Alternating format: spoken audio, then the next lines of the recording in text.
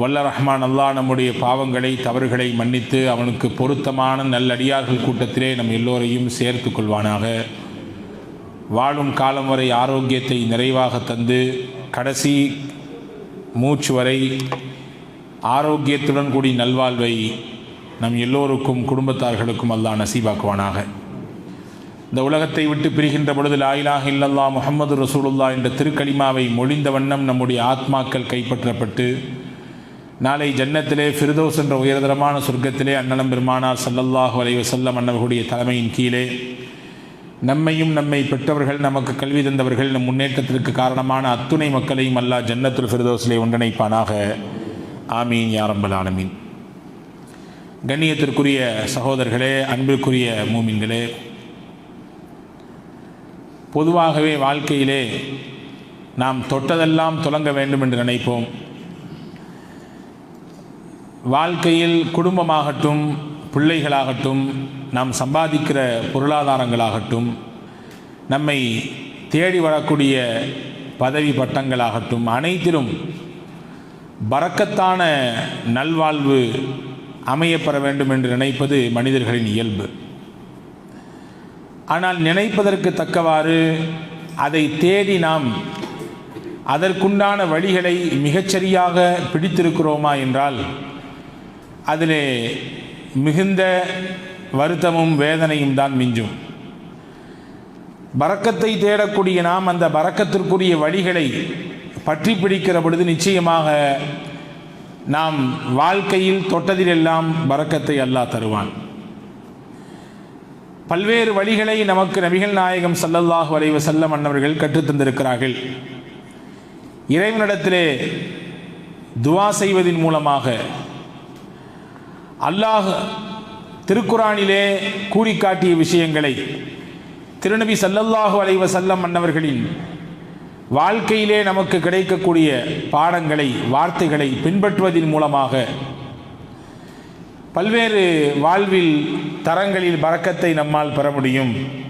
முக்கியமாக நம் ஒவ்வொருவரும் பின்பற்றுவதற்கு தகுதியான விஷயத்தை அன்னலம் பெருமானார் ஸல்லல்லாஹு அலைஹி வஸல்லம் அன்னவர்கள் சொல்லித் தருகிறார்கள். சையதுனா அபு உபைதா ரலியல்லாஹு தஆலா அன்ஹு என்ற சஹாபி நபிகள் நாயகம் ஸல்லல்லாஹு அலைஹி வஸல்லம் அன்னவர்களின் திருச்சபையிலே அமர்ந்திருக்கிறார். சஹாபாக்கள் புடைசூழ பெருமானார் ஸல்லல்லாஹு அலைஹி வஸல்லம் அமர்ந்திருக்கிற பொழுது நபிகள் நாயகத்திற்கு அன்பளிப்பாக வந்த ஒரு பால் கிண்ணம், அது நிரம்ப பால் இருக்கிறது. பெருமானார் ஸல்லல்லாஹு அலைஹி வஸல்லம் பொதுவாகவே தனக்கு அன்பளிப்பு கொடுக்கப்பட்டால் அதை ஏற்றுக்கொள்வார்கள் என்பதை தாண்டி அது தானும் பயன்படுத்தி தன்னோடு இருக்கிற சஹாபாக்களுக்கும் அதை பயன்படுத்த கொடுப்பார்கள் என்பது நாம் அறிந்த விஷயம். அன்று வந்திருக்கிற கூடிய பால் கிண்ணத்தை பெருமானார் ஸல்லல்லாஹு அலைஹி வஸல்லம் வாங்கினார்கள். பல சஹாபாக்கள் அங்கே நபிகளுக்கு நெருக்கமானவர்கள் இருந்தார்கள். சொல்லப்போனால் ஹஸரத் சித்திக்குல் அக்பர் ரலியல்லாஹு அன்ஹு, உமர் ரலியல்லாஹு அன்ஹு போன்ற ஆளுமை மிக்க நபிகள் நாயகத்திற்கு மிக நெருங்கிய தோழர்கள் எல்லாம் இருக்க பெருமானார் ஸல்லல்லாஹு அலைஹி வஸல்லம் சையதுனா அபு உபைதா ரலியல்லாஹுவை தேர்வு செய்து அவர் கையிலே கொடுத்தார்கள். நபி ஸல்லல்லாஹு அலைஹி வஸல்லம் அவர் கையிலே கொடுத்துவிட்டு அவர் குடிக்க நபி பார்த்து அதை மகிழ்ச்சி அடைய சஹாபாக்களை நோக்கி சொன்னார்கள், பலர் இங்கே இருக்கிறீர்கள், அனுபவத்தில் இன்னும் இஸ்லாத்தை ஏற்றுக்கொண்டதில் முன்னுரிமை பெற்றவர்கள், என்னோடு நெருக்கம் பெற்றவர்கள், நெருங்கிய தோழமையில் இருப்பவர்கள் எல்லாம் இருக்க நான் அபூ உபைதாவை தேர்ந்தெடுத்ததற்கு காரணம் என்னவென்றால் இந்த சபையிலேயே மூத்தவர் அவர்தான், வயதிலே பெரியவர் அவர். அல் பரக்கத்து அக்காபிரிக்கும், பரக்கத் என்பது யாரிடத்திலே இருக்கிறது என்றால் உங்களிலே யாருக்கு வயது அதிகம் இருக்கிறதோ, உங்களிலே யார் பெரியவரோ அவர்களிடத்தில் தான் பரக்கத் இருக்கிறது. எனவே அந்த பரக்கத்தான மனிதரிடத்திலிருந்து இந்த நற்காரியத்தை நான் துவங்க விரும்பினேன் என்று அன்னலம் பெருமானார் ஸல்லல்லாஹு அலைஹி வஸல்லம் சொல்லிவிட்டுத்தான் சொன்னார்கள் ஒரு செய்தி, லைஸ மின்னா மல்லம் யுவக்கிர் கபீரனா, நம்மிலே வயதிலே மூத்தவர்களுக்கு யார் கண்ணியம் செய்யவில்லையோ அவர் நம்மை சார்ந்தவரே இல்லை என்றார்கள். வயதிற்கென்று ஒரு கண்ணியம் இருக்கிறது, அனுபவத்திற்கென்று ஒரு கண்ணியம் இருக்கிறது, அவருடைய முதிர்ச்சிக்கென்று ஒரு கண்ணியம் இருக்கிறது. அதை உதாசீனப்படுத்தும் விதத்திலே, அதை தட்டிவிடும் விதத்திலே, மரியாதை இல்லாமல் கண்ணியம் இல்லாமல் யார் நடந்து கொள்கிறாரோ அவர் நம் வழியை பின்பற்றக்கூடியவர் அல்ல, நம் வழியை சார்ந்தவர் அல்ல என்று அண்ணன் பெருமானார் ஸல்லல்லாஹு அலைஹி வஸல்லம் சொல்கிறார்கள். அன்புக்குரிய சகோதரர்களே, பரக்கத்தான நல்வாழ்வு நமக்கு கிடைக்க வேண்டும் என்றால் நாம் எல்லோரும் செய்ய வேண்டியது, நம்மை விட வயதிலே பெரியவர்கள் யாரோ அவர்களுக்கு மரியாதை செய்வது, நம் வீட்டிலே யார் மூத்தவர்கள் இருக்கிறார்களோ அவர்களை கண்ணியம் செய்வது, அவர்களின் வார்த்தைக்கு மரியாதை செய்வது, அவர்களை மிகுந்த அனுசரிப்போடு உபசரணையோடு அவர்களை நடத்துவது, இதுவெல்லாம் நம்முடைய வாழ்க்கையிலே மிகுந்த வழக்கத்தை நமக்கு பெற்றுத்தரும். செழிப்பான நல்வாழ்வை நோக்கி நம்மை நகர்த்து செல்லும். நம் வாழ்க்கையில் இருக்கக்கூடிய மேடு பள்ளங்களை எல்லாம் இந்த உபசரிப்பு என்பது சரி செய்யும் என்பதை நாம் கவனத்தில் கொள்ள வேண்டும். திருக்குர்ஆனில் அல்லாஹ் சொன்னான், இம்மா யபுலுகன்ன இந்தக்கல் கிபர அஹதுஹுமா அவ் கிலாஹுமா, உங்களை பெற்றவர்கள் இருவரோ அல்லது இருவரில் ஒருவரோ வயோதிகத்தை அடைந்து விட்டால், அங்க அல்லாஹ் இங்கே கோடிட்டு காட்டுவது இதுதான், அவர்கள் வயோதிகத்தை அடைந்து விட்டால் ஃபலா தகுல்லஹுமா உஃபின், அவர்களை பார்த்து சீ என்ற வார்த்தையை கூட நீங்கள் பயன்படுத்தி விடாதீர்கள்.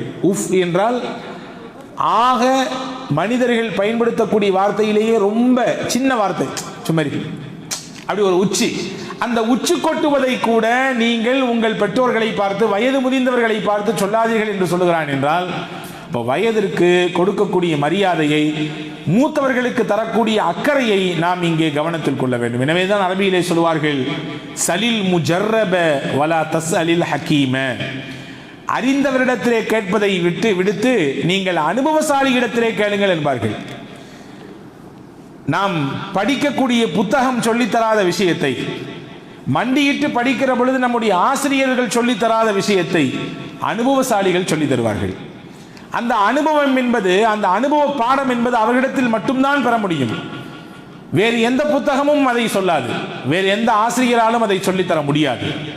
எனவே அந்த அனுபவசாலி இடத்திலே நீங்கள் கேட்டு பழகுங்கள் என்று நாம் அரபு மொழி பழமொழிகளிலே பார்க்க முடிகிறது. உங்களுக்கு தெரியுமா, வருடம் அக்டோபர் மாதம் 1ஆம் தேதி சர்வதேச முதியோர்கள் தினமாக நினைத்து பார்க்கப்படுகிறதாம் உலகத்திலே. ரொம்ப பெரிய வருத்தம் என்னவென்றால், ஒரு 20-30 வருடங்களுக்கு முன்பு முதியோர் இல்லம் என்ற வார்த்தையே நம்முடைய புழக்கத்திலே இல்லாமல் இருந்தது. அப்பொழுதெல்லாம் கூட்டு குடும்பம் எல்லாம் இணைந்து பெரியவர்களின் வழிகாட்டுதலிலே மூத்தவர்களுடைய சொல் கேட்டு அந்த குடும்பத்தை அவர்களின் ஒரு மேற்பார்வையில் நடத்தி செல்வது என்பது மிக உயர்ந்த பண்பாடாக இருந்து வந்தது. ஆனால் இன்னைக்கு காலப்போக்கிலே கூட்டு குடும்பங்கள் கலைந்து தனி குடும்பங்களாக மாறி, அந்த தனி குடும்பங்களும் கூட தனித்தனி தீவுகளாக மாறி இருக்கக்கூடிய காலச்சூழலிலே நாம் வாழ்கிறோம். அதிகமாக இளைஞர்களை கொண்ட நாடு எதுவென்றால் இந்திய நாடு, உலகத்திலேயே அதிக இளைஞர்களை கொண்ட நாடு. ஆனால் முதியோர்களை மதிக்காத தன்மை இளைஞர்களிடத்திலே நாளுக்கு நாள் அதிகரித்து வருகிறதோ என்கின்ற அச்சம் ஏடுகிறது. ஒரு காலமெல்லாம் வீட்டிலே பெரியவர்கள் சொன்னால் அதற்கென்று மரியாதை இருக்கும். பெரியவர்கள் வந்தால் அவர்கள் பேசுகிற பொழுது குறுக்கே யாரும் பேச மாட்டார்கள், காது கொடுத்து கேட்பார்கள். பாபா இருக்கிறாரு எனவே சத்தம் போடக்கூடாது என்று சொல்லிக் கொடுத்து பிள்ளைகளை வளர்த்தார்கள். பாபா இருக்கிற பொழுது அவருக்கு மிஞ்சி பேசக்கூடாது என்று சொல்லி வளர்த்தார்கள். ஆனால் இன்னைக்கு வீட்டில் இருக்கக்கூடிய பெரியவர்களை வீட்டின் சிறுவர்கள் எதிர்த்து பேசினால் பார்த்து சந்தோஷப்படுகிறோம். என் பிள்ளை எப்படி அழகா பேசலாம் பாருங்க. அந்த பெரியவருக்கு முன்னால் வேறு விதமான முகசுலிக்கக்கூடிய விஷயத்தை செய்கிற பொழுது அதை பார்த்து சின்ன போலதானே என்று கடந்து போகக்கூடிய சூழலிலே இருக்கிறோம். அன்புக்குரிய சகோதரர்களே, முதியவர்கள் வயதிலே பெரியவர்களுக்கு எவ்வளவு மரியாதைகளும் உபசாரமும் செய்ய வேண்டும் என்பது மார்க்கம் நமக்கு கற்றுத்தந்திருக்கக்கூடிய மிக முக்கியமான பண்பாடு என்பதை நாம் புரிந்து கொள்ள வேண்டும். இப்னு அப்பாஸ் ரலியல்லாஹு அன்ஹு என்ற ஒரு சஹாபி, ரசூல் ஸல்லல்லாஹு அலைஹி வஸல்லம் குடும்பத்துக்காரர், அஹ்ல பைத்திலே கட்டுப்பட்டவர். ஸெய்த் இப்னு சாபித் என்று ஒரு சஹாபி இருந்தார்கள். கல்வியிலே குர்ஆனினுடைய ஞானத்திலே ஆக உச்சத்தில் இருந்த நபித்தோழர். இந்த ஸெய்த் ரலியல்லாஹு அன்ஹு ஹஜ்ரத் இப்னு அப்பாஸ் ரலியல்லாஹுவை சந்திக்க வீட்டுக்கே வந்து விட்டார். கல்வியின் தரம் உயர்வு, வயசிலே மூத்தவர், இவர் வீட்டுக்கு தேடி வந்து விட்டார். யாரை சந்திக்க? இப்னு அப்பாஸ் ரலியல்லாஹுவை சந்திக்க. வீட்டுக்கு வந்துவிட்டு அமைதியாக நிற்கிறார், கதவை கூட தட்டவில்லை. யதார்த்தமாக வெளியே வந்த இப்னு அப்பாஸ் ரலியல்லாஹு அன்ஹு பார்த்தாங்க, நீங்க ஏங்க இங்க வந்தீங்க? பெரிய கல்வியாளர் நீங்கள், வயதிலே எங்களை விட மூத்தவர் நீங்கள் ஏன் இங்கே வந்தீர்கள் என்று சொன்ன பொழுது இப்னு அப்பாஸ் ரலியல்லாஹு இடத்திலே ஸெய்த் இப்னு சாபித் ரலியல்லாஹு சொன்னாங்க, நீங்க அஹ்ல பைத், ரசூல் ஸல்லல்லாஹு அலைஹி வஸல்லம் குடும்பத்துக்காரர், நபிகள் நாயகத்தின் குடும்பத்துக்காரரை இப்படித்தான் கண்ணியம் செய்ய வேண்டும் என்பது நபிகள் எங்களுக்கு கற்றுக் கொடுத்தது. சாதாரண குடும்பத்தில் உள்ளவரா நீங்கள்? நபிகள் நாயகத்தின் அந்த உயர்தரமான மகத்துவமான பரம்பரையில் வந்தவர்களாச்சே, இதுதான் உங்களுக்கு நாங்கள் செய்யக்கூடிய கண்ணியம் என்று சொல்லிவிட்டு அவர்களிடத்தில் பேசிவிட்டு உரையாடிவிட்டு வெளியே கிளம்பக்கூடிய நேரத்திலே இப்னு அப்பாஸ் ரலியல்லாஹு அன்ஹு வந்து அவங்க வந்த வாகனத்தை அமர வச்சு இவங்களை மேலே ஏற்றி விட்டு கையை முத்தினார்கள். கையை முத்தி அவர்களை வழி அனுப்பி வைக்கக்கூடிய நேரத்திலே ஸெய்த் இப்னு சாபித் ரலியல்லாஹு கேட்டாங்க, நீங்க ஏன் இப்படி பண்றீங்க? நீ உங்க வீட்டில் போயிருங்க, நானே ஏறிக்கிறேன், நீங்க வந்து என்னை இப்படி எல்லாம் வழி அனுப்ப வேண்டும் என்ற என்ன அவசியம் இருக்கிறது? அப்ப ஹஜ்ரத் இப்னு அப்பாஸ் ரலியல்லாஹு சொன்னாங்க, ஹாகதா உமிர்னா அன் நஃஅல பி உலமாஇனா, இப்படித்தான் நாங்கள் எங்கள் நபிகளின் மூலமாக கற்பிக்கப்பட்டிருக்கிறோம். எங்களிலே யார் கல்வியிலே உயர்ந்த நிலையில் இருக்கிறாரோ, வயதிலே மூத்த நிலையில் இருக்கிறாரோ, அவருக்கு இப்படித்தான் கண்ணியம் செய்ய வேண்டும், உபசாரம் செய்ய வேண்டும் என்பது நபிகளால் நாங்கள் கற்றுக் கொடுக்கப்பட்டது. எனவே நாங்கள் செய்கிறோம் என்று ஹஜ்ரத் இப்னு அப்பாஸ் ரலியல்லாஹு அன்ஹு சொன்னார்கள் என்ற வரலாற்று குறிப்பை பார்க்கிறோம். இப்போ நபிகள் நாயகத்தின் குடும்பமாக இருந்த பொழுதும் கூட கல்வியின் தரத்திலே உயர்ந்திருந்ததன் காரணமாக, வயதிலே மூத்த முதிர்ச்சி நிலையை அடைந்திருந்ததன் காரணமாக அவர்களுக்கு செய்ய வேண்டிய கண்ணியத்தையும் சிறப்பையும் மிகச்சிறப்பாக சஹாபாக்கள் செய்தார்கள். எனவேதான் அவர்கள் எல்லாம் முன்னோடிகளாக இன்றும் நமக்கு திகழ்ந்து கொண்டிருக்கிறார்கள். அலி ரலியல்லாஹு அன்ஹு பள்ளிவாசல் தொழுகைக்கு வேகமாக வருகிறார்கள். ஜமாத்தை தவறவிட்டுவிடக் கூடாது என்பதற்காக விரைவாக வரக்கூடிய நேரத்திலே ஒரு யூத பெரியவர், யூத மதத்தை சார்ந்த ஒரு மூத்தவர் நடந்து போய் கொண்டிருக்கிறார். அவருக்கு முன்னால் பாதையுமோ குறுகலான பாதை, ஒருவர் தான் போக முடியும் அந்த பாதையிலே. ஒரு சந்து என்று வைத்துக் கொள்ளுங்களேன், நம்முடைய புரிதலுக்காக ஒருவர் தான் அங்கே போக முடியும். ஆனால் அலி ரலியல்லாஹுவின் எண்ண ஓட்டம் ஜமாத்தை மிஸ் பண்ணக்கூடாது. நமக்கு ஜமாத்தை மிஸ் பண்ணக்கூடாது நிறைய நினைப்பு இருக்கும், வேக வேகமாக ஓடி வருவோம். ஆனால் அதுக்கு பின்னாடி ஒரு சின்ன சுயநலம் இருக்கும். என்ன, ஒரு ரக்காயத்து பேசி எந்திரிச்சு தொழுவணுமே அப்படின்னு ஒரு சின்ன ஒரு சோம்பல். ஆனால் சஹாபாக்களுக்கு ஒரு ரக்காத்தானாலும் அது நபிகளோடு கிடைக்கிற வாய்ப்பு அல்லவா? நபிகளோடு ஒரு ரக்காத் தவற விடாமல் அந்த ஜமாத்தை கிடைப்பது என்பது பெரிய பாக்கியமாச்சே. அந்த எண்ணத்தில் தான் அவர்கள் எல்லாம் அப்படி போனார்கள். இப்போ அந்த குறுகலான பாதையிலே அந்த யூத பெரியவரை கடக்கிற பொழுது அலி ரலியல்லாஹு அன்ஹு அவரிடத்திலே கொஞ்சம் உறைந்து விட்டார்கள், கொஞ்சம் இடிச்சுட்டு போயிட்டாங்க வேகமாக. தொழுகை பள்ளிக்கு போக வேண்டும் என்பதற்காக போய் தொழுது முடிச்சுட்டு ரசூலுல்லாஹ் அந்த செய்தியை சொன்னாங்க. சரி, ஆர்வத்தோடு நாம் தொழுகைக்கு வந்திருக்கிறோம், முண்டி அடித்துக் கொண்டு வந்திருக்கிறோம், ரசூல் ஸல்லல்லாஹு அலைஹி வஸல்லம் பாராட்டுவாங்க அப்படின்ற எண்ணமோ அல்லது இந்த விஷயத்தை சொல்லி இது சரிதானா இல்லையா என்பதை கேட்க வேண்டும் என்ற எண்ணமோ தெரியவில்லை. சொன்னார்கள், நபிகள் நாயகம் ஸல்லல்லாஹு அலைஹி வஸல்லம் கேட்டுவிட்டு சொன்னார்கள், தொழுகை முடிந்தாகிவிட்டது, நேராக போய் அந்த பெரியவரிடத்திலே மன்னிப்பு கேட்டுவிட்டு வாருங்கள் என்றார்கள். நீங்கள் தொழுகைக்கு தான் வந்திருக்கீங்க, அதுக்கு இடிச்சிட்டு தான் வரணும் எந்த அவசியம் இல்லை. அவர் முஸ்லீம் பெரியவர் கூட கிடையாது, ஒரு யூத பெரியவர் தான். ஆனாலும் கூட அவருக்கு ஒரு வயது இருக்கிறது. அந்த வயதை மீறி நீங்கள் அவரை உராய்ந்து கொண்டு இடித்துக் கொண்டு வருவது என்பது ஒரு மரபல்ல, ஒரு பண்பாடல்ல. அவரிடத்திலே போய் மன்னிப்பு கேட்டுவிட்டு வாருங்கள் என்று ஹஜ்ரத் ரசூல் ஸல்லல்லாஹு அலைஹி வஸல்லம் அனுப்பினார்கள் என்ற வரலாற்று குறிப்பை பார்க்கிறோம். பெருசு வயசாயிச்சு, சாப்பிட்டாச்சு, பேசாம இரு என்று சொல்லக்கூடிய காலகட்டத்திலே நாம் ஆளுகிறோம் இல்லையா? பெரியவருக்கு சர்வசாதாரணமாக அவர்களுடைய கண்ணியத்தை சீர்குலைக்கும் விதத்திலே, அவர்களுடைய தன்மானத்தை கொச்சைப்படுத்தும் விதத்திலே இன்னைக்கு சின்ன சின்ன பிள்ளைகள் தொட்டு வாலிபர்கள் வரை அவர்களிடத்தில் நடந்து கொள்ளக்கூடிய அந்த முறை தவறிய விஷயத்தை பார்க்கிற பொழுது உள்ளபடியே உள்ளம் மிகுந்த வேதனை அடைகிறது. அபூ குஹாஃபா ரசூல் ஸல்லல்லாஹு அலைஹி வஸல்லமுடைய உற்ற தோழர் சையதுனா அபூபக்கர் ரலியல்லாஹு அன்ஹுடைய தகப்பனார். யாரு? அபூ குஹாஃபா. இவர் இஸ்லாத்திற்கே வர வேண்டும் என்று ஹஜ்ரத் அபூபக்கர் ரலியல்லாஹு அன்ஹு ரொம்ப விரும்பினாங்க. அல்லாஹு தஆலா இஸ்லாத்தின் வருகையையும் அவருக்கு நாடினான், அந்த வாய்ப்பையும் அல்லாஹ் தந்தான். தாடி எல்லாம் பழுத்து விட்டது, நல்ல வெள்ள முடி, நரைமுடி. ஹஜ்ரத் அபூபக்கர் ரலியல்லாஹு அன்ஹு அபூ குஹாஃபாவை கூட்டிக் கொண்டு ரசூல் ஸல்லல்லாஹு அலைஹி வஸல்லம் வருகிறார். இஸ்லாத்தை தேடி இஸ்லாத்தை ஏற்றுக்கொள்வதற்கு தன் தகப்பனாரை அழைத்து கொண்டு அதில் செய்த அபூபக்கர் ரலியல்லாஹு அன்ஹு வந்தாங்க. ரசூல் ஸல்லல்லாஹு அலைஹி வஸல்லம் பார்த்துட்டு சொன்னாங்க, ஏங்க இவர் எங்கே கூட்டு வரீங்க? நீங்கள் சொன்னால் நான் அங்கே வந்திருப்பேன்ல. யார் ரசூலுல்லாஹ் இஸ்லாத்தை ஏற்றுக்கொள்ள வர்றாரு. சத்திய இஸ்லாத்தை தன்னுடைய வாழ்க்கை நெறியாக ஏற்றுக்கொண்டு நம்மை போன்று ஒரு முஸ்லீமாக மாற வந்திருக்கிறார். எல்லாம் சரிதான், அவருக்கு வயசாயிச்சல்ல, பெரியவராச்சே, சொல்லியிருந்தால் நான் அங்கே வந்திருப்பேனே என்று பெருமானார் ஸல்லல்லாஹு அலைஹி வஸல்லம் அபூபக்கர் ரலியல்லாஹு இடத்திலே சொன்ன செய்தியை நாம் வரலாற்றிலே பார்க்கிறோம். இது என்ன உணர்த்துகிறது? இஸ்லாத்தை விரும்பி ஏற்றுக்கொள்ளக்கூடிய மனோநிலையிலே வரக்கூடிய நபர், அவர் அந்த உயர்ந்த இலட்சியத்திலே வந்தாலும் கூட அவருக்குரிய அந்த மரியாதையை நான் செய்திருப்பேனே, அவர் வருவதை விட நான் அங்கே போய் அவருக்கு உபசரிப்பு செய்வதுதானே அவருக்கு வயதுக்கு நான் கொடுக்கக்கூடிய மரியாதை என்பதை எம்பெருமானார் ஸல்லல்லாஹு அலைஹி வஸல்லம் நினைவுபடுத்துகிறார்கள் என்றால் நாம் இங்கே கவனத்தில் கொள்ள வேண்டியது எவ்வளவு கண்காணிப்போடு எவ்வளவு உயர்ந்த சிந்தனைகளோடு பெரியவர்கள் பார்க்கப்பட வேண்டும் என்பதை நாம் இங்கே ஞாபகத்தில் வைக்க வேண்டும். பெரியவர்களின் துஆ நம்மை வளரச் செய்யும். அவர்கள் கேட்கக்கூடிய, அவர்கள் உள்ளத்திலே ஏற்படக்கூடிய மகிழ்ச்சி நம்மை சந்தோஷமாக வாழ வைக்கும். அதே நேரத்தில் அவர்கள் மனமுருகி சங்கடப்பட்டால் அந்த சங்கடத்திலும் நம்முடைய வாழ்க்கை சிதைந்து போகும். இதை நாம் கவனத்தில் கொள்ள வேண்டும். உமர் ரலியல்லாஹுடைய காலத்தில் ஒரு நிகழ்ச்சி நடந்தது. சையதுனா உமர் ரலியல்லாஹு அன்ஹு எவ்வளவு பெரிய ஆளுமை மிக்க நபர் என்று நமக்கு தெரியும். அல்லாஹ்வின் வேத வசனங்களை ஹஜ்ரத் உமர் ரலியல்லாஹுடைய கருத்துகள் வாங்கி கொண்டு வந்து சேர்த்தது சமுதாயத்திற்கு. ரசூலுல்லாஹ் சொல்லுவாங்க, உமர் ரலியல்லாஹுடைய அந்த வார்த்தைகள், அவரின் சிந்தனை எந்த அளவுக்கு உயர்ந்தது என்றால் அல்லாஹ்வின் அரிசையே போய் தட்டி விடுகிறது என்றார்கள்.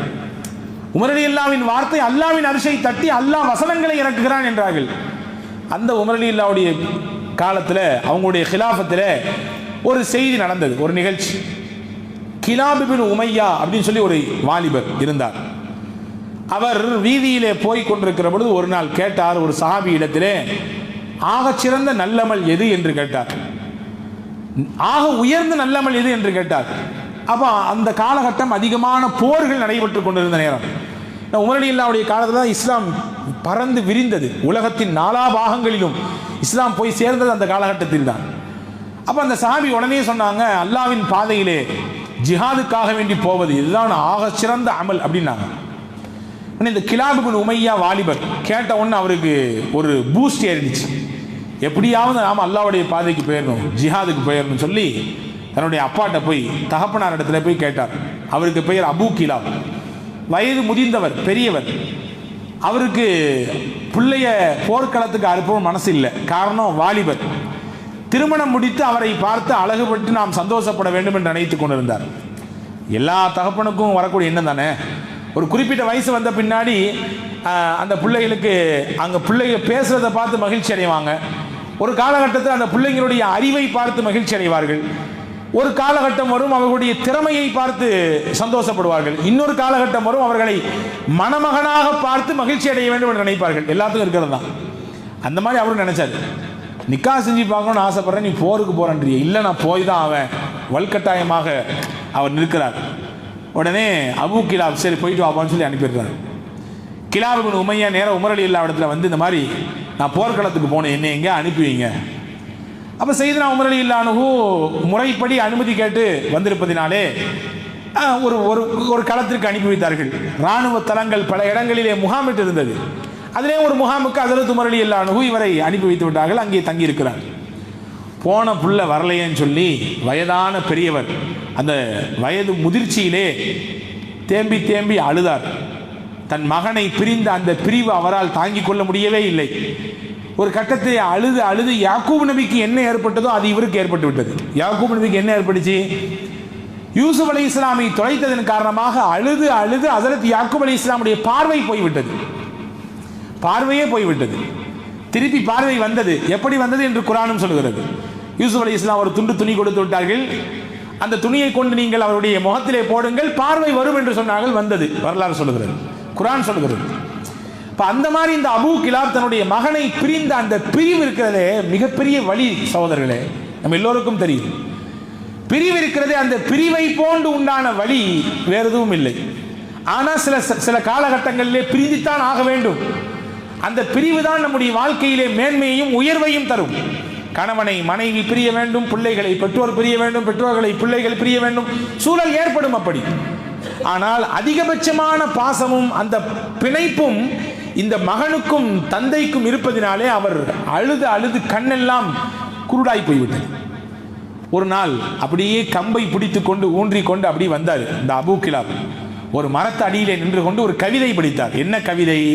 அந்த கவிதையின் ஊடாக ஒரு வார்த்தை வந்தது, என்னுடைய மகனை இப்படி என்னிடம் அநியாயமா பிரிச்சுட்டாங்களே, போருக்கு கூட்டு போய் வச்சுட்டாங்களே, என் மகன் எவ்வளவு பிரியமானவர் எனக்கு, என் மீது அவருக்குரிய பிரியம் என்ன, நாளை அல்லாஹ்வின் சன்னிதானத்திலே நான் நிப்பாட்டப்பட்டால் என்கிட்ட என் பிள்ளைய பிரிச்ச உமரை பத்தி அல்லாஹ்ட்ட கம்ப்ளைண்ட் பண்ணுன்னு சொன்னார்.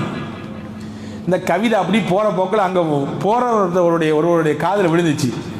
அவர் வாங்கி கொண்டு போய் அந்த கவிதையை அப்படி கொண்டு போய் உமர் ரலியல்லாஹு சமர்ப்பிச்சுட்டாரு.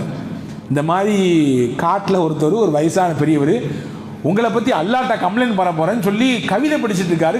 பார்வை வேற அவருக்கு தெரியல அப்படின்னு சொன்ன உடனே உமர் ரலியல்லாஹுவுக்கு அதிர்ச்சி. நான் என்னங்க செஞ்சேன்? அவரை ஒன்றுமே செய்ய, எனக்கும் அவருக்கு எந்த வாக்கியா தகராறு இல்லையே, என்னைய பற்றி அவர் படிக்காரு, கூட்டுவாங்கன்னாங்க. உமர் ரலியல்லாஹு இடத்துல அந்த அபூ கிலாப் கூட்டு கொண்டு நிப்பாட்டப்பட்டார். நிப்பாட்டப்பட்ட பொழுது செய்தனா உமர் ரலியல்லாஹு, என்ன பிரச்சனை, யார் நீங்க, என்ன கவிதை படிச்சீங்க, மறுபடியும் படிங்க. அப்படி மறுபடியும் படித்தார். படிக்கும் ஊடாக இடையிலே சொன்னார், அல்லாஹ்விடத்திலே நாளைக்கு நான் மறுமையிலே நிப்பாட்டப்பட்டால் உமரை பற்றி அல்லாஹ்விடத்திலே நான் குற்றச்சாட்டு வைப்பேன், என்னிடத்திலிருந்து அநியாயமாக என் பிள்ளையை பிரித்தவர் அவர் என்று சொன்னார். உங்க பிள்ளை யாருங்க முதல்ல கேட்டாங்க. சிறிது உமர் ரலியல்லாஹு சொன்னாரு, கிலாப் இப்னு உமையான்னு ஒரு பையன் கொஞ்ச நாளைக்கு முன்னாடி நான் போர்க்களத்துக்கு போகணும்னு சொல்லி வந்தாரு, அவர் தான் என் பிள்ளை.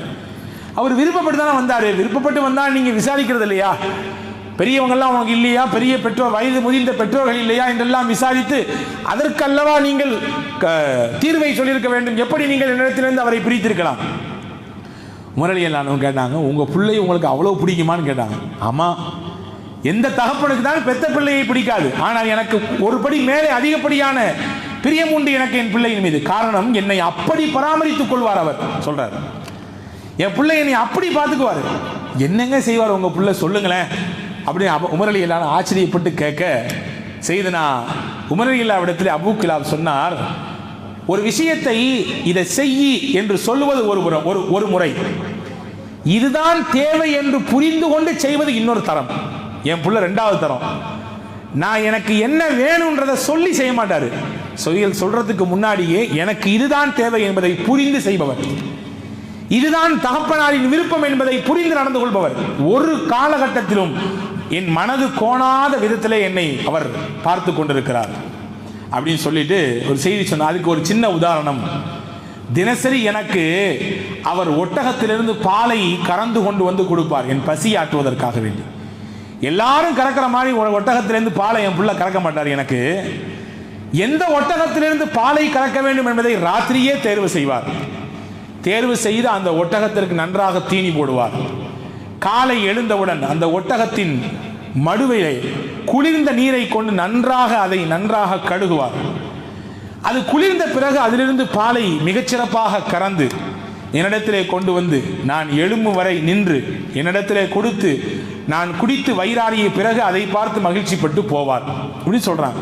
இப்படி நிறைய வரிசையா சொன்னாங்க, என்னுடைய பிள்ளை என்னை எப்படிலாம் பார்த்துக்குவாருன்னு சொல்லி. அதில் உமர் ரலியல்லாஹுவுக்கு ஆச்சரியம், இப்படியுமா ஒரு பிள்ளை பார்ப்பாரு அப்படின்னு சொல்லிட்டு, சரி எல்லாம் இருக்கட்டும், ஏதாவது சாப்பிட்டீங்களா அப்படின்னு கேட்டாங்க. எதுவும் சாப்பிடல, எதுவும் சாப்பிட்றதா இல்லை. ஏதாவது குடிச்சிங்களா? எதுவும் குடிக்கல. எதுவும் குடிக்கிறதா இல்லை. என்ன விஷயம்? என் பிள்ளையை பார்க்காம நான் எதுவும் குடிக்க மாட்டேன். சரி எதையாவது குடிங்க, கொஞ்சம் சாப்பிடுங்க, உங்க பிள்ளையை நான் கூட்டு வர்றேன். என் பிள்ளையை பார்த்தா தான் குடிப்பேன்.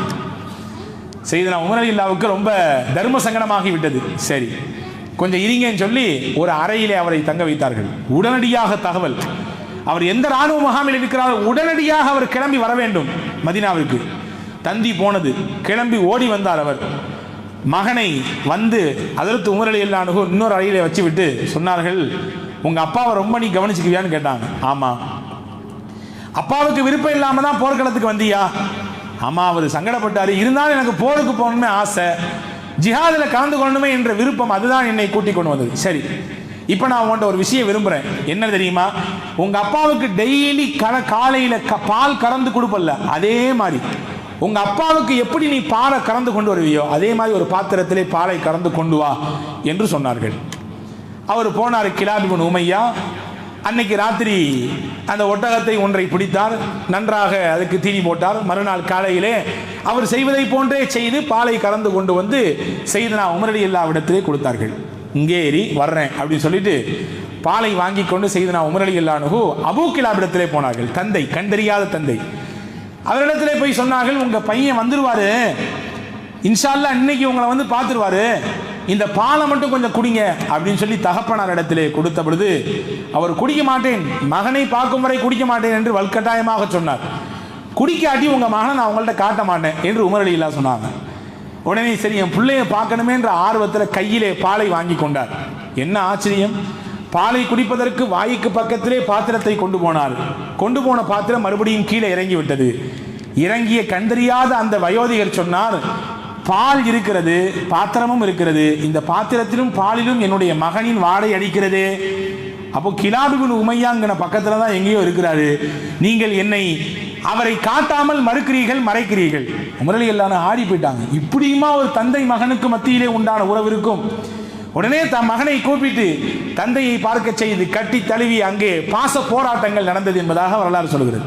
நான் எதுக்கு இந்த நிகழ்ச்சியை சொல்றேன்னா, வயது முதிர்ந்திருக்கக்கூடிய ஒரு பெற்றோரை எவ்வளவு பராமரிப்போடு, எவ்வளவு அன்போடு, எவ்வளவு உபசரிப்போடு அந்த மகன் பார்த்திருந்தால் அந்த செயல் ஹலீஃபா உமர் ரலியல்லாஹு ஆச்சரியப்படுத்தி ஆனந்தத்தை ஏற்படுத்தி அந்த பிள்ளைக்காக வேண்டி, பெற்றோருக்காக வேண்டி செய்தனா ஹலீஃபா உமர் ரலியல்லாஹு துஆ செய்திருப்பார்கள் என்பதை நாம் கவனத்தில் கொள்ள வேண்டும்.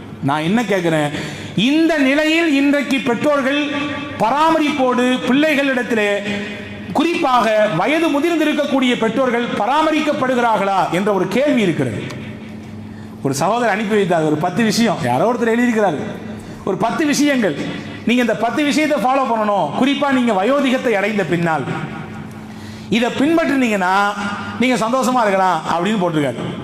அந்த 10 விஷயம் நிறைய சொல்லியிருக்காரு. அதுல ஒண்ணு, நீங்க வந்து வயதுல முதிர்ச்சியா இருப்பீங்க, வயசுல பெரியவங்களா இருப்பீங்க, நிறைய அனுபவம் உங்களுக்கு இருக்கும். அனுபவம் இருக்குதுங்கிறதுனால உங்க பிள்ளைகளுக்கு நீங்க அடிக்கடி ஆலோசனை சொல்லாதீங்க, ஏன்னா அவங்க அதை ஏற்றுக்க மாட்டாங்க. இது ஒரு விஷயம். ஆலோசனை சொல்லிட்டு இருக்காதீங்க. உங்க பிள்ளைங்க பெத்த பிள்ளைங்க தான் பேர பிள்ளைங்க, உங்க பிள்ளைங்க பெத்த பிள்ளைங்க தான் பேத்தி பிள்ளைங்க. அதனால அதிகப்படியான நீங்க வந்து கவனம் அவங்க மேல எடுக்காதீங்க. ஏன்னா அந்த மாதிரியான காலகட்டம் எல்லாம் மாறி போனது. இன்னைக்கு நாங்க பெத்த பிள்ளைய நாங்க பார்த்துக்குவோம், நீங்க எந்த வழிகாட்டும் சொல்ல வேண்டாம் என்ற நிலைக்கு பிள்ளைகளை பெற்றவர்கள் வந்து விட்டார்கள் என்ற ஒரு செய்தி இருக்கிறது. இப்படி நிறைய இருக்கு. அந்த 10 விஷயம் படிச்சு பார்க்கிற பொழுது உண்மையிலும் உண்மையாக இருக்கிறதோ என்ற ஒரு சிந்தனை நமக்கு ஏற்பட்டது. அன்புக்குரிய சகோதரர்களே, வயதிலே முதிர்ந்திருக்கக்கூடிய, குறிப்பாக வீடுகளிலே இருக்கக்கூடிய முதியவர்களை, வயதிலே பெரியவர்களை மதிக்க வேண்டும், அவர்களுக்கு கண்ணியம் செய்ய வேண்டும் என்பதை மார்க்கம் தலையான கடமையாக வைத்திருக்கிறது. நபிகள் நாயகம் சொன்னார்கள், ஜாலிசு அல் குபரா, 3 விஷயத்தை உங்கள் வாழ்க்கையை நீங்கள் பின்பற்றுங்கள். பெரியவர்களோடு அமருங்கள். நீங்கள் பெரியவர்களோடு அமருவதே உங்களுக்கு ஒரு பெரிய பரக்கத். நிறைய அனுபவங்களை உங்களுக்கு அவர்கள் கற்றுத் தருவார்கள். சாயிலு அல் உலமா, தெரியாத விஷயத்தை அறிஞர்களிடத்திலே கேட்டு தெரிந்து கொள்ளுங்கள். ஹாலிது அல் ஹுக்கமா, ஞானவான்கள் யாரோ அவர்களோடு நீங்கள் கலந்திருங்கள், அவர்களின் தொடர்பிலே இருங்கள். இந்த 3ம் உங்கள் வாழ்க்கையிலே உச்சத்தை தொட்டு தரும் என்பதை நபிகள் நாயகம் ஸல்லல்லாஹு அலைஹி வஸல்லம் சொல்லித் தந்தார்கள். அன்புக்குரியவர்களே, நமக்கு தெரியும் தொழுகை என்பது அல்லாஹ்வை திருப்திப்படுத்தக்கூடிய உயர்ந்த அமல் இல்லையா? நபிகள் நாயகத்திற்கு எது ரொம்ப பிடிக்கும் கேளுங்கள். நபிகள் சொல்வார்கள், குர்ரத்து ஐனி பிஸ்ஸலா, தொழுகையில் தான் என்னுடைய கண் குளிர்ச்சின்னு வாங்க ஸல்லல்லாஹு அலைஹி வஸல்லம் இல்லையா? எவ்வளவு தொழுதிருக்கார்கள்? நாம் தொழுகிற தொழுகை எல்லாம் ஈடுகட்டவே முடியாது நபிகளின் தொழுகைக்கு முன்னால். நம்ம ஒரு 5 நிமிஷம் இன்னைக்கு அசரத்து கூடி தொழு வச்சுட்டாருன்னா, தராவீஹ் போன்ற இடங்களிலே 5 நிமிஷம் கூடி போச்சே என்று நாம் மணியை பார்க்கிறோம். ஆனால் நபிகள் நாயகம் ஸல்லல்லாஹு அலைஹி வஸல்லம் ஒரே ரக்காத்தில் சூரா பக்ராவில் துவங்கிய மாயிதா வரை ஓதி தொழுதிருக்கிறார்கள். சையத்னா இப்னு அப்பாஸ் ரலியல்லாஹு சொல்றாங்க, ஏறத்தாழ 7.5 ஜுஸு ஒரு ரக்காத்துல, 7.5 ஜுஸு நம்மள மாதிரி ஓத மாட்டாங்க. நபிகளுக்கு இறங்கிய வேதம் அது. அவ்வளவு நிதானமாக ஒவ்வொரு வசனங்களையும் கடக்கிற பொழுது சொர்க்கத்தை பற்றி, நரகத்தை பற்றி, வேதனையை பற்றி, இன்பங்களை பற்றி வருகிற பொழுது அந்த வசனங்கள் கடக்க கடக்க அவர்களின் அது அப்படியே அது வசனமாகவே, அது வாழ்வாகவே ஓதியவர்கள் பெருமானா ஸல்லல்லாஹு அலைஹி வஸல்லம். அவ்வளவு பிடிக்கும் தொழுகை. ஆனால் நபி இடத்துல ஒரு கம்ப்ளைண்ட் வந்துச்சு. என்ன கம்ப்ளைண்ட் தெரியுமா? சையதுனா முஆத் இப்னு ஜபல் ரலியல்லாஹு பத்தி. அவர் ஒரு இமாமாக இருந்தார், முஆத் இப்னு ஜபல். அவருக்கு பின்னாடி நிறைய மக்கள் தொழுவாங்க. அந்த மக்கள் வந்து சொன்னாங்க, முஆத் இப்னு ஜபல் ரொம்ப நீளமாக தொழு வைக்கிறாரு, பெரிய பெரிய சூறாக்கள் ஓதுறாரு, பெரிய பெரிய சூறாக்கள் என்றால் நிற்க முடியாத அளவிற்கு சூறாக்கள் ஓதுகிறார். அப்படின்னு சொன்ன உடனே ஸல்லல்லாஹு அலைஹி வஸல்லம் முஆத் இப்னு ஜபல் கூட்டாங்க. முஆத் இப்னு ஜபல் எவ்வளவு பெரிய அங்கீகாரம் பெற்றவர் என்றால், இந்த மார்க்கத்திலே ஹலால் ஹராமை பற்றி மிகச்சிறப்பாக தெரிந்தவர் முஆத் இப்னு ஜபல். நாங்கள் ஸல்லல்லாஹு அலைஹி வஸல்லம் எது ஹலாலு எது ஹராமு துண்டு துண்டாக துல்லியமான பார்வையோடு அணுகக்கூடியவர் முஆத் இப்னு ஜபல். ரசூலுல்லாஹ் அங்கீகாரம் கொடுத்துருக்காங்க. அந்த சஹாபியை கூப்பிட்டு சொன்னாங்க, அஃபத்தானுன் அன்த யா முஆத், என்ன ஃபித்னா பண்றீங்களான்னு கேட்டாங்க ரசூலுல்லாஹ். அவரை பார்த்து, என்ன குழப்பமா, சமுதாயத்தில் என்ன குழப்பத்தை ஏற்படுத்தின, நீங்க விளைகிறீர்களா என்று கேட்டார்கள். யார் ரசூலுல்லாஹ் அப்படி ஒன்று நான் செய்யலையேன்னு சொன்னாங்க.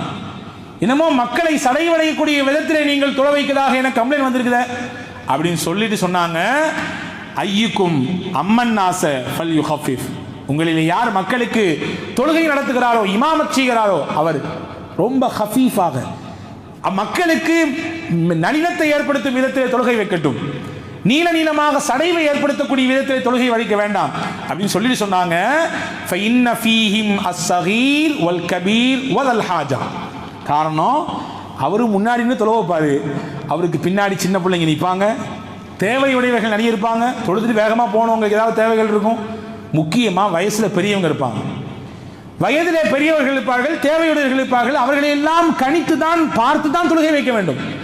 நீங்க பாட்டு உங்க இஷ்டத்துக்கு பெருசு பெருசா ஓதி அவங்கள சடைவை ஏற்படுத்தி அவங்களுக்கு கால்வலி ஏற்படுத்தி அவங்களுக்கு சங்கடத்தை கொடுக்க கூடாது என்று அண்ணலம் பெருமானா ஸல்லல்லாஹு அலைஹி வஸல்லம் சொன்னாங்கன்னா, தொழுகையிலும் கூட இபாதத்திலும் கூட வயதிலே மூத்தவர்களுக்கு நீங்கள் அவர்களுடைய மனநிலையை குறித்து கவனித்து நீங்கள் நடந்து கொள்ளுங்கள் என்று சொன்னார்கள் என்றால் எவ்வளவு பெரிய கவனத்திற்குரிய விஷயம் என்பதை நாம் கவனத்தில் கொள்ள வேண்டும்.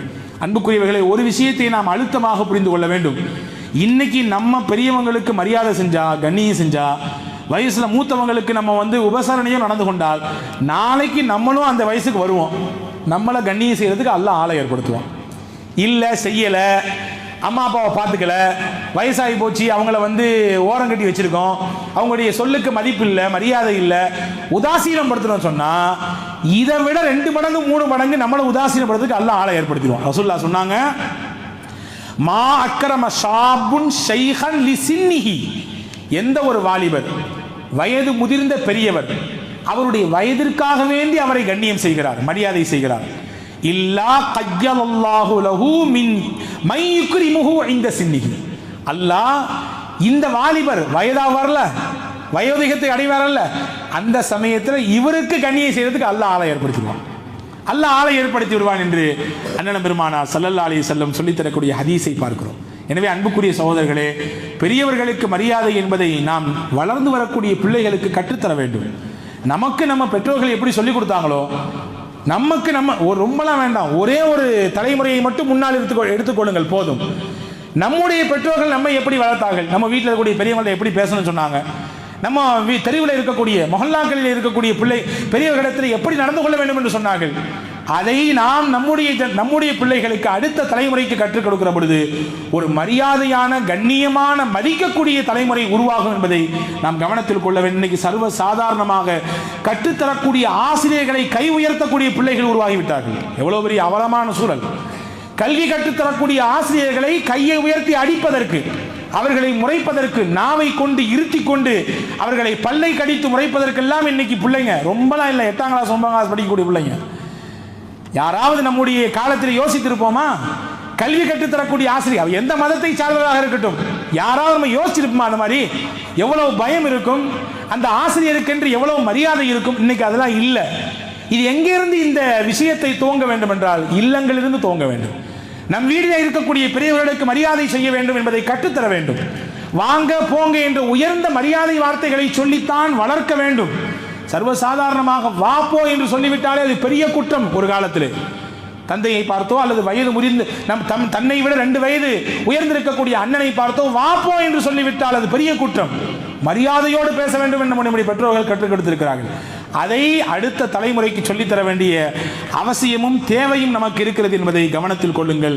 நபிகள் நாயகம் ஸல்லல்லாஹு அலைஹி வஸல்லம் காலத்திலே ஒரே ஒரு செய்தியை சொல்லி முடிக்கிறேன். ஒரு நபித்தோழர் வந்தார், கூனி குறுகிப்பை வந்தார், கம்பை பிடித்து கொண்டு வந்தார்.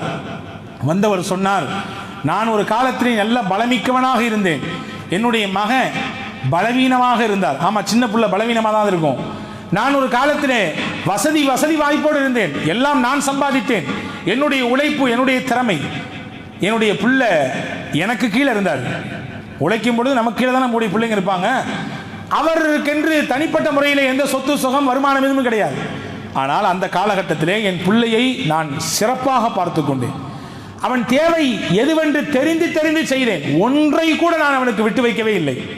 சொல்லிட்டு சொன்னாங்க அடுத்து, வல் யௌம் அன லைஃபுன் ஹுவ கவியுன். இன்னைக்கு நான் வயசாகி போச்சு, எனக்கு வயது முதிர்ந்து போனது, உடலெல்லாம் தளர்ந்து போனது. இன்னைக்கு நான் பலகீனமாயிட்டேன், அவன் பலமிக்கவனாக இருக்கிறான், வாலிபனாக இருக்கிறான். வ அன ஃபகீருன் வ ஹுவ கனியுன். நான் இன்னைக்கு அவனை சார்ந்திருக்கிறேன், அவனை சார்ந்திருக்கிறேன். அவர் சம்பாதிக்கிறாரு, அவருக்கு என்ன தனி சொத்து பத்து எல்லாம் வசதி வாய்ப்பெல்லாம் இருக்குது. ஆனால் ஃபயப்ஹலு அலைய பிமாலிஹி, வயசாகி முடங்கிட்டேன்றதுனால எனக்கு செலவு பண்ணுறதுக்கு அவன் கஞ்சத்தனம் பண்ணுறான் அப்படின்னாங்க. இந்த சாபி வயசாச்சு நீ ஓரம் கட்டி வச்சு எனக்கு செலவு செய்வதற்கு கஞ்சப்படுகிறான். ஆனால் அதே காலகட்டத்தில் அவன் சிறுவனாக இருந்த பொழுது நான் எதையுமே அவனுக்கு விட்டு வைக்கவில்லை, சிறப்பாக செய்தேன். ரசூல் ஸல்லல்லாஹு அந்த வார்த்தையை கேட்டு சொன்னாங்க, இந்த மனிதரின் வார்த்தையிலே, இந்த பெரியவரின் வார்த்தையிலே எவ்வளவு வலியும் வேதனையும் இருக்கிறது என்றால், மாமின் ஹஜரின் வலா மதரின் யஸ்மஉ ஹாதா இல்லா பக்கா. இவரின் வார்த்தையை ஒரு கல்லோ முள்ளோ மரமோ கேட்டாலும் கூட அழுது விடும் என்று சொன்னார்கள் ஸல்லல்லாஹு அலைஹி வஸல்லம். அவ்வளவு வலிமிக்க வார்த்தை இது அப்படின்னு சொல்லிட்டு சொன்னாங்க. அவருடைய மகனை பார்த்து சொன்னாங்க, நீ சம்பாதிக்கிற, உழைக்கிற, இப்போ நிறைய உனக்கு சொத்து பத்தெல்லாம் இருக்குது, உனக்கென்று எல்லா வசதி வாய்ப்புன்னு நினச்சிட்டு நீ உங்கள் அப்பாவுக்கு நீ கஞ்சத்தனம் பண்ணுற, வயதாயிட்டு ஒதுக்கி வச்சிருக்க. ஒன்றும் புரிஞ்சுக்கோ, உனக்கு மட்டும் இல்லை உலகத்து மக்களுக்கு சேர்த்து சொல்கிறேன் அப்படின்னு சொல்லி ஸல்லல்லாஹு சொன்னாங்க. அன்தவ மாலுக்கலி அபீக்க, நீனும் சரி நீ சேர்த்து வச்ச சொத்தும் சரி உங்கள் அப்பாவுக்கு தான் அப்படின்னாங்க. நீ தனியாலாம் கொண்டுட்டு போயிட்டு நாங்கள் எல்லாம் பெருசாக ஆகிட்டேன், நானே எல்லாம் சம்பாதிச்சிட்டேன், எனக்குன்னு தனியாக வந்துருச்சு என்று ஒதுங்கி அவரை ஓரம் கட்டிவிட முடியாது. நீ எவ்வளோதான் சம்பாதிச்சாலும் அது எல்லாம் அவருக்கு சொந்தம். நாங்கள் ஸல்லல்லாஹு உங்கள் அப்பாவுக்கு சொந்தம், அவர் விரும்பிய மாதிரி அதை எடுத்து செலவு பண்ணலாம். ஆனால் அப்படி யாரும் செலவு பண்ணுறது இல்லை. இருந்தாலும் சொன்னாங்க ஸல்லல்லாஹு அலைஹி வஸல்லம். அன்புக்குரிய சகோதரர்களே, பராமரிப்பு என்பது அவ்வளவு முக்கியமானது, அவ்வளவு முக்கியம். இன்னைக்கு அதிகப்படியான ஃபோன் கால்ஸ் எங்கே போகுது தெரியுமா? வீட்டிலே பராமரிப்பட்டு இருக்கக்கூடிய பெற்றோர்கள் அதை நொந்து பல்வேறு சிரமங்களுக்கு உட்படுகிற பொழுது அந்த கரிசனை காட்டக்கூடிய நபர்களிடத்திலே ஃபோன் கால்கள் பண்ணி, இந்த மாதிரிலாம் எங்களுக்கு சிரமம் இருக்குது என்று, எங்கள் பிள்ளைங்க எங்களோட இல்லை, வெளியே இருக்கிறாங்க, நாங்கள் தன்னந்தனியாக இருக்கிறோம், இந்தந்த பிரச்சனைகள்லாம் இருக்குது, இந்தந்த மாதிரி விஷயத்தெல்லாம் நாங்கள் ஃபேஸ் பண்ணுறோம் என்று பெற்றோர்கள், வயது முதிர்ந்திருக்கக்கூடியவர்கள் பலருக்கு ஃபோன் செய்கிறார்கள் என்பதாக நாம் சில விஷயங்களை கேள்விப்படுகிறோம். எனவே அன்புக்குரிய சகோதரர்களே, நாம் பெரியவர்களை மதிக்கக்கூடிய ஒரு சமுதாயத்தை உருவாக்க வேண்டும். நாம் மதிக்கிறோம், இன்னைக்கு இருக்கக்கூடிய ஒரு தலைமுறை மதிக்கிறது. மதிக்கக்கூடிய தலைமுறையை உருவாக்கி கொடுக்க வேண்டிய அவசியமும் கடமையும் நமக்கு இருக்கிறது. வல்ல ரஹ்மான் அல்லாஹ் அப்படிப்பட்ட உயர்ந்த நற்பாக்கியத்திற்குரியவர்களாக நம் எல்லோரையும் ஆக்கிய புரிவானாக. ஆமீன். வாஹிர் தாவானில் அல்ஹம்துலில்லாஹி.